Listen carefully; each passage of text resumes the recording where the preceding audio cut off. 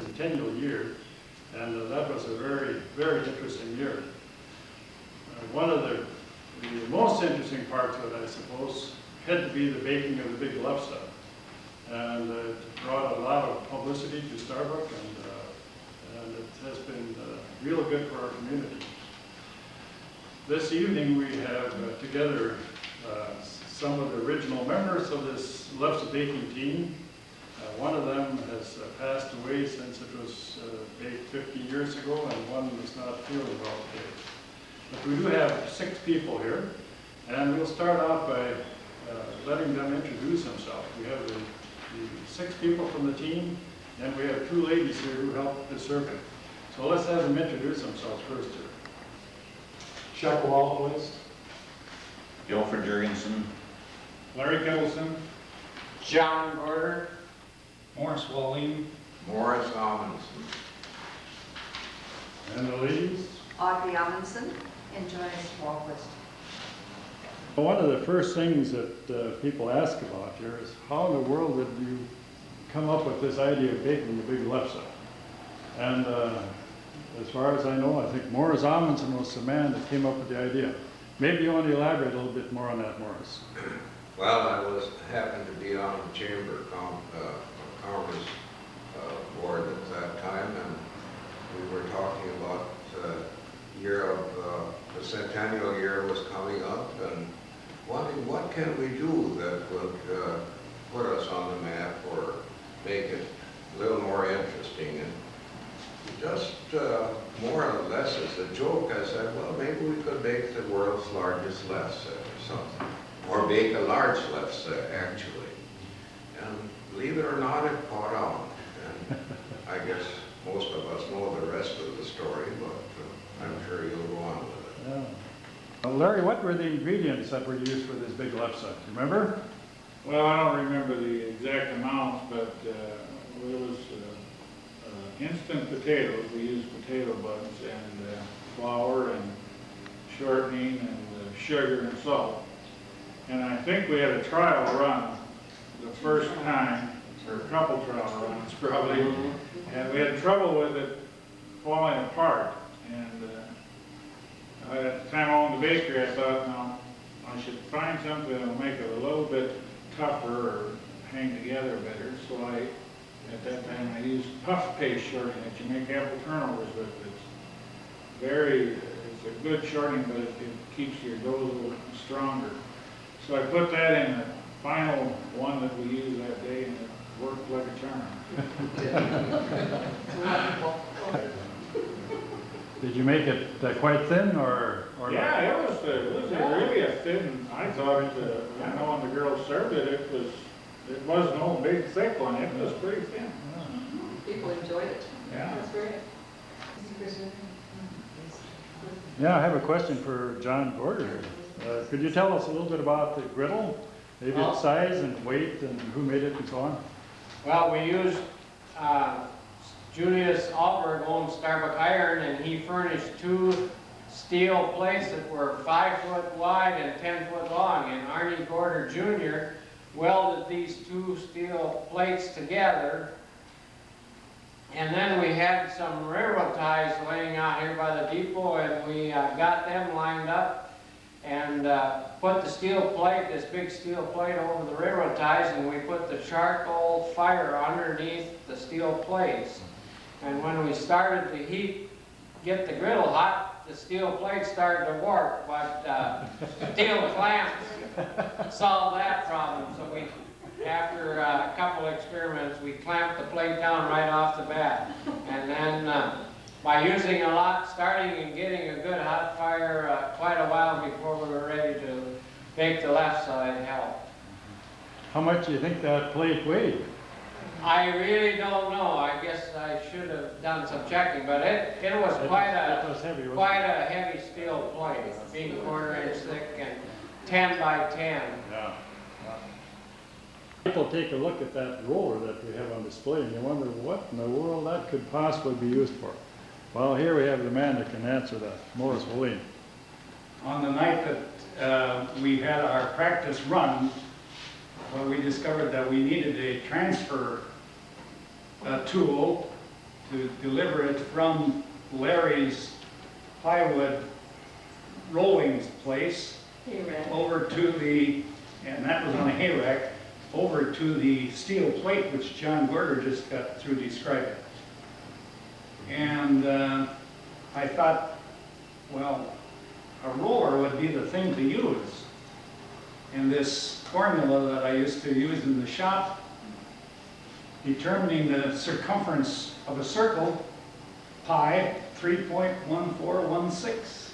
I knew that if we took some circles out of plywood, so I had 7 of those pieces about 1 foot in diameter, and then I ripped up on my saw a board in the 3/8 inch thick slats and spaced those spacers there and then nailed them on the outside with a little space about 3/8 of an inch between each slat, so that one revolution of the roller took care of about a little over 3 feet of dough. So we only had to roll it 3 times to get 9, a little better than 9 feet. And that, I also drilled a hole in each of the 7 spacers to accommodate a piece of pipe. And here was a handle then for each end of this, 2 lines on each end, and it did the trick.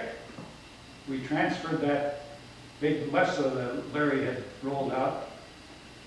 It didn't go nearly as well on the night of practice as it did the day of the centennial.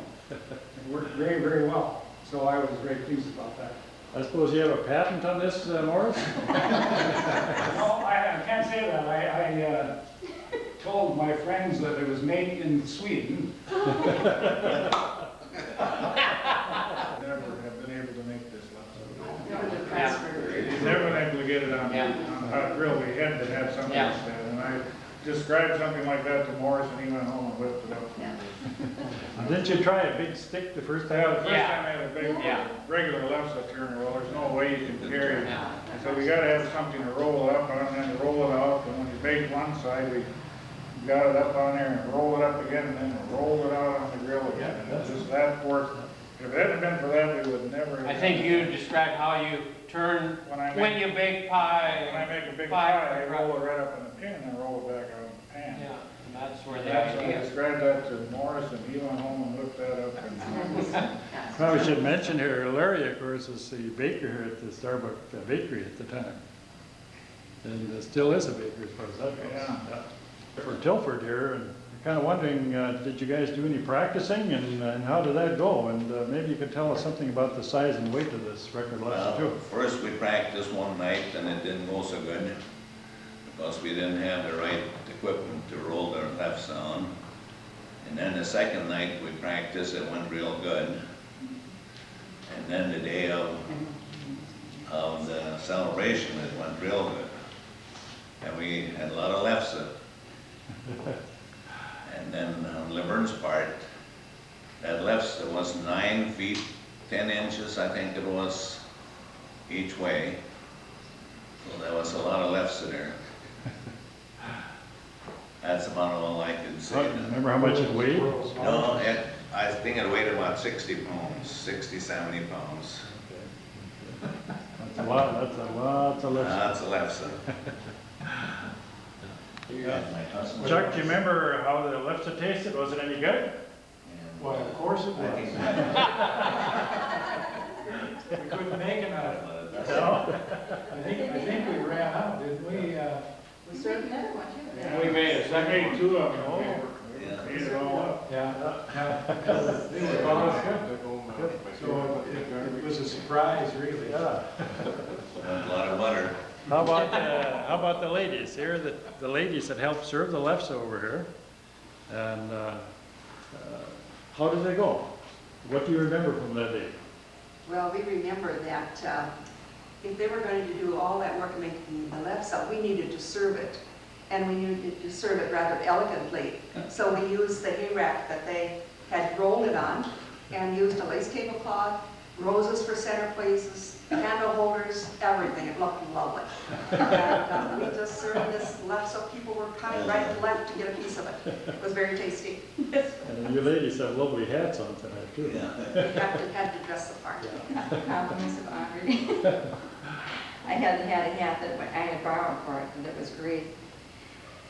But it was fun, and it was hot, and there were so many people. I think it's, anytime we have a traffic jam in Starbuck, I think we really got it made, and we really did have traffic jams that day. We had people all over. We did. Then it was so interesting because Clara Berg Johansson, was a pilot and also the chairman of the 99ers, which is a women's flying group. She was here, so we enlisted her to fly Lefse back to Governor Perkridge. And we did receive a commendation from them, I believe, Joyce? Yes, we did. It's in the chamber office, and so I don't know how impressed he was, but but they did send us a certificate. He recognized it. Yes, that's right. And there's a picture. We have pictures of her giving it to him, so that was quite exciting. Well, Joyce, you were secretary of the chamber, weren't you, during that time? That's right. She was very instrumental in all of this. Well, it was a fun So time. was Chuck. That's right. Yeah. Well, everybody was. It was a true community effort because everybody did something. The Lions Club did the Lefse, the Starwaska did the pageant, the study club did the centennial book. Everybody did something, but it was a great time. Now, didn't you have quite some effort in getting the briquettes too, Joyce? You better tell us about that. I'd written an article for the Minneapolis paper, and they put it in the paper. It was a big article, and so this was good. And so I thought, well, that's good. What we need is a little publicity. Well, I got a call from Pillsbury, and they said, "What kind of potatoes are you using?" And I said, "Well, I don't really know." But he said, "Well, we will send you all the potato buds you need, and we'll come up there with the doughboy." And then he said, "What about your butter?" And I said, "Well, I hadn't thought about butter." And he said, "Well, talk to Land O'Lakes." Land O'Lakes said, "All the butter you want, just be sure to use plenty." But the big expense was the charcoal briquettes, because it took several hundred pounds each time. Does anybody remember? 37 bags we have. 37 bags, right. Well, I looked on the charcoal, I thought, well, if this has worked so well with Pillsbury and Land Lakes, let's try Kingsford charcoal. Well, the name on the bag says something in California. I don't remember what the name of the city is, but I called information and I asked for the number for Kingsford charcoal. And the operator looked and looked, he said, "I can't find anything for Kingsford charcoal." And I said, "You can't, this is a big company." And she said, she said, "I think it's a division of Hilux." I said, "Okay, I'll try it." I talked to this fellow. There was a division of Hilux, and I got hold of him. And I told him that we were making this big Lefse. And he said, "Oh." And I told him we needed these charcoal, and I said, "Do you know what Lefse is?" And he said, "No." I said, "Well, it's like a tortilla." And he said, "Oh, okay." But he was very cooperative, and I think the next day, wasn't it the next day, we had like 600 pounds of charcoal. So that was, people were very supportive of the efforts. Everybody was. But it was fun. And I hope. I think they tried in Madison one year, didn't they? Or Clara City, when they were gonna have it, they were taking notes. I think Clara City I was. think they even called me and asked me to do things, and I think they were gonna try it, but I don't think it ever worked. They did. Joyce, maybe you can tell us something about if there's any record of this big Lefse anywhere.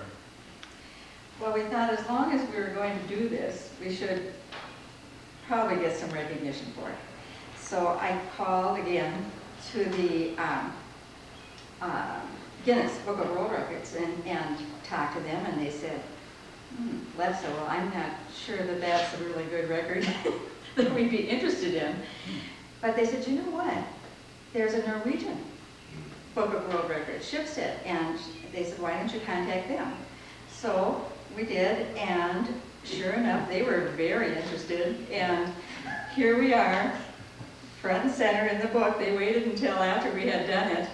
They assumed that we were going to do it well, and waited until for publication until after we had it in there. So it was pretty exciting to have all the cooperation of other people too. So they'll have to get it in the Norwegian book. That's better for Starbuck anyway, to be in the Norwegian book.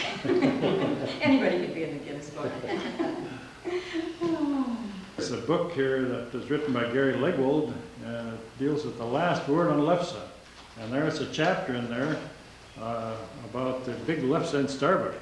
And maybe you guys have some comments you want to make on that. Morris, why don't you start off?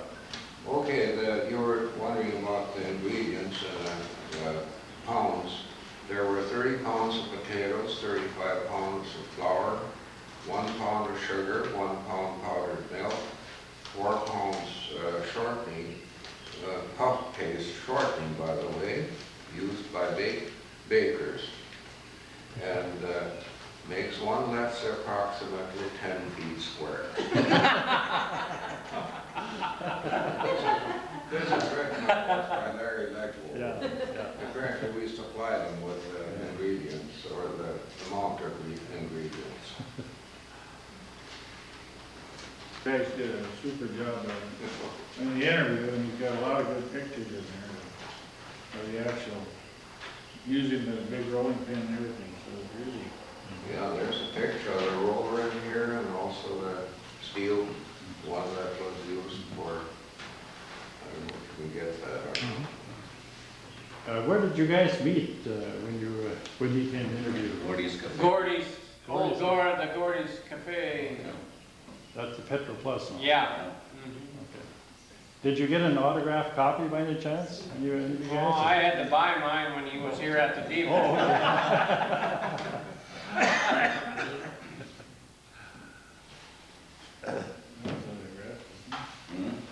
What about the media coverage for this? Did we have radio or TV, newspapers, or what? Radio, TV were here. The local papers, the Wilmer paper did a great. They had 2 full pages on it. And then as time has gone on, there have been articles all the time about something or other. And in the Minneapolis St. Paul paper in 1988, they had a Land of Lefse, a great big article on it. And the city pages in Minneapolis, they have their annual Lefse Awards. And Lou Lindy, I think everybody knows Lou Lindy. He's been keeping us very informed on that. But they had at least one or maybe another one. So there have been several things. And like you say, Morris was on the radio. I know they called, Ruth Kozlak called, and they were on the radio for many, I don't know, it was half an hour, I think, one day, talking to Chuck, but before it was done. So there's been lots, and I'm sure other people remember other things too, but we got lots of press on it, so people are still talking about the Starbuck Lefse. In a big event like this, with all the media coverage, was there any pressure on you guys at all, or did you sleep okay every night? Well, I guess we started, I think on a Monday night perhaps before the big event, and the first time it did not go very well, so we did lots of brain cramming and looking for solving our solutions, and each guy, I think, that was there that night went home and come up with some more innovative ideas or better ideas. So I think it was perhaps Wednesday night, perhaps. Then we did another run and things went better. We'd revamped. We'd gotten a good cloth on my hay rack, and we'd gotten a good hotter. We realized we needed more heat on the fire underneath the griddle. And Larry had done a little more research on the dough and things like this. So How could you tell when the griddle was hot enough? Oh, well, maybe getting back, first of all, we would start the coals quite a while ahead of time.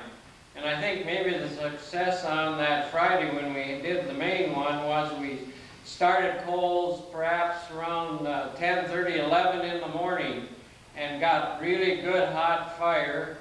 And we had the railroad rails were long enough so that we could have the steel plate off to the side, down at the far end, and we got a good hot fire going, coals giving off lots of heat, and then perhaps maybe an hour before we actually did the baking, we slid the steel plate over the coals and started warming the plate up and clamped it down. And then by spraying water on it, when we sprayed cold water on the griddle and steam come up, we figured we had a good hot fire, or a good hot griddle. Pretty scientific. Yeah. Better than spitting on it. Did you guys all sleep the night before? No problems? I can't remember. But I know I was trying to figure out how to make that dough tougher, and I thought of trying that puff paste, and it just worked terrifically. Fell into place. I don't know why my brain thought of that, but when I make my apple turnover dough, I know it's always stronger, so I thought, well, I'll just try that. And then you made the batch the night before, so you cooled it. Chilled it down real good, Yeah. kept it in the refrigerator overnight, so it was cold. And that was the secret, to have a good cold. And what did you use for rolling pin? I used You my aluminum regular, one. I have aluminum rolling pin. Yeah, it was big. We You made, had to get up in your hands and knees on my trailer, I think, spread it out. we did make one out of a binder roller. Yeah. Yeah, that didn't. That was just for show. Yeah, that was just a regular roll. I think the cloth was what? The Waltquist bed sheets? It was. Sewed together to cover my whole trailer.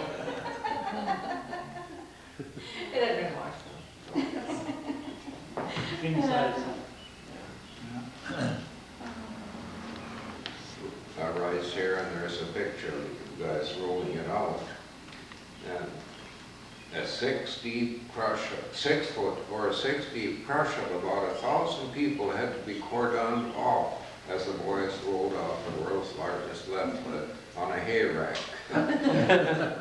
There was Just an awful lot of people. twine. There was a big crowd, wasn't And there? those people crowding in. I don't think they. I think we learned about fencing off our area. I think the first night we did it, the people got kind of in our way, so Yeah. after the first night, we decided to give ourselves some working room in the area to keep the crowd back. But after we got that Lefse off that grill then that day, they sure crowded in to get Lefse. Oh. Right. There was a One of the- postcard yeah, about one- yeah, go ahead. the world's biggest Lefse, and it used to be what we call the penny postcard. I don't know what they are now, 25 cents. But somebody found them in Norway. Now, you were telling me you left a bunch. We in left a Norway. bunch of them in Norway when we were there in '88. Because somebody said, well, funny we don't have these in Starbuck. This guy brought it back from Norway. Who And we left, I suppose we left about a dozen of them over here. And I think they're still around here for sale, I guess. Yeah, I think so. Someplace, but I don't know where it is right now. The Shipstead book. The Shipstead Book of World Records. Yeah. Right. Not world records, but it's the record of the Norwegians. something like Right. that. Ships- And that's where it ships got- that Norwegian right. boat. Yeah. Mhm. It's the Yeah, Guinness. we all Yeah, we all got them. Mhm. Right. But Morris Maureen. Maureen held up the Shipstead Norwegian Book of Records that had a picture of the boys of Starbuck making their masterpiece. You'll notice in the foreground, here is a Swede and here is a Swede, right in the Norwegian Book of Records. It said beaming.